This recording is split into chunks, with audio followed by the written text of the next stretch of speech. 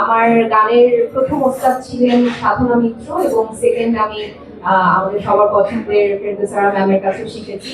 So গানটা আসলে সবসময় প্রধান ছিল, কিন্তু যখন আমি আবিষ্কার করি যে অভিনয়টায় আসলে সবকিছু করা যায়, নাচ করা যায়, গান করা যায়, এবং অভিনয়টায় আসলে এত কি বলবো যে জায়গা আছে অভিনয় করার, তো তখন আসলে অভিনয় নিয়ে বেশি প্রাধান্য দেয়া। তবে আমার গান গাওয়া কিন্তু থামেনি, যদিও সেটা বাথরুম সিঙ্গার হিসেবে বা গাড়ির মধ্যে। আমার বাবা হয়তো ভালো বলতে পারবে যে সারাক্ষণ গাড়ির মধ্যে আমি গান ছেড়ে জোরে জোরে চিৎকার করে করে গান গাই প্রতিদিন।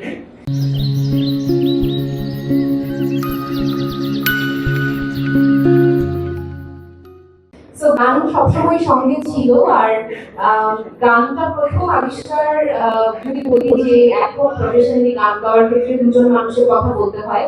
অবশ্যই কবি বকুল ভাইয়া আমাকে সুযোগ করে দিয়েছেন তার লেখা গানে ইত্যাদি মঞ্চে গাওয়ার জন্য, এবং এর আগে কিন্তু আমি আমার নিজের একটা নাটকে আমি গান গেয়েছিলাম পরাণ পাখি।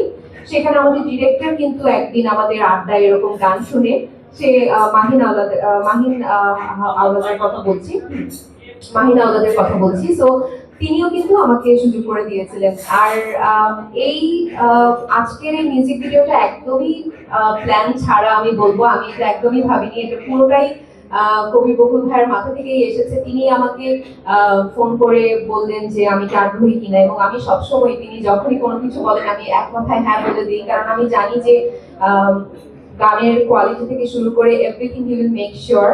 সো যখন গানটা শুনলাম, আমাকে ডেমোটা পাঠানো হয়েছিল রাফি ভাইয়ের কণ্ঠে, আমি তাকে তখন চিনতাম না, কিন্তু কণ্ঠটা এত সুন্দর লেগেছে। আসলে সেইখানে আমার কাছে মনে হয় যে একটা গানের মেইন জিনিস যখন কণ্ঠটা সুন্দর হয় এবং গানের সঙ্গে এত ভালো গেছে ওনার কণ্ঠ, তো আমি তখনই হ্যাঁ বলে দিয়েছি। সো আমি খুবই গ্রেটফুল যে আমাকে আজকে এই সুযোগটা করে দেওয়ার জন্য। ভ্যালেন্টাইন্স ডে তো নাটক আসছে, নাটক সবাই দেখে, বাট এই একটু ভিন্নধর্মী মিউজিক ভিডিওতে দেখবে, একটু নিজের কণ্ঠে গানে আবার নিজেও অভিনয় করেছি, অবশ্যই ভালো লাগছে। আর বরাবরের মতো তৌসিফ মাহমুদ অবশ্যই ভালো একজন কো-আর্টিস্ট, এবং এই গানেও সে অনেক কোঅপারেশন করেছেন যখন আমরা শুট করেছি। আর সৈকত রেজা ভাইয়ের সঙ্গে আমার এটা প্রথম কাজ। তার সে মিউজিক ভিডিও অনেক বানিয়েছেন এবং তার বানানো মিউজিক ভিডিও আমি দেখেছি আগে।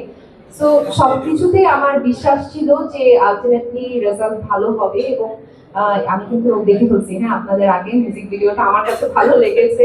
আমার মনে হয় যে দর্শকদেরও ভালো লাগবে। আর যেহেতু আমি গানের মানুষ না, সো যদি গানের ক্ষেত্রে একটু ভুল ত্রুটি হয় সেটা ক্ষমাসুন্দর দৃষ্টিতে দেখবেন।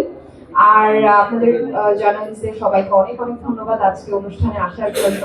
আর আমি বলবো just enjoy the show, enjoy the song.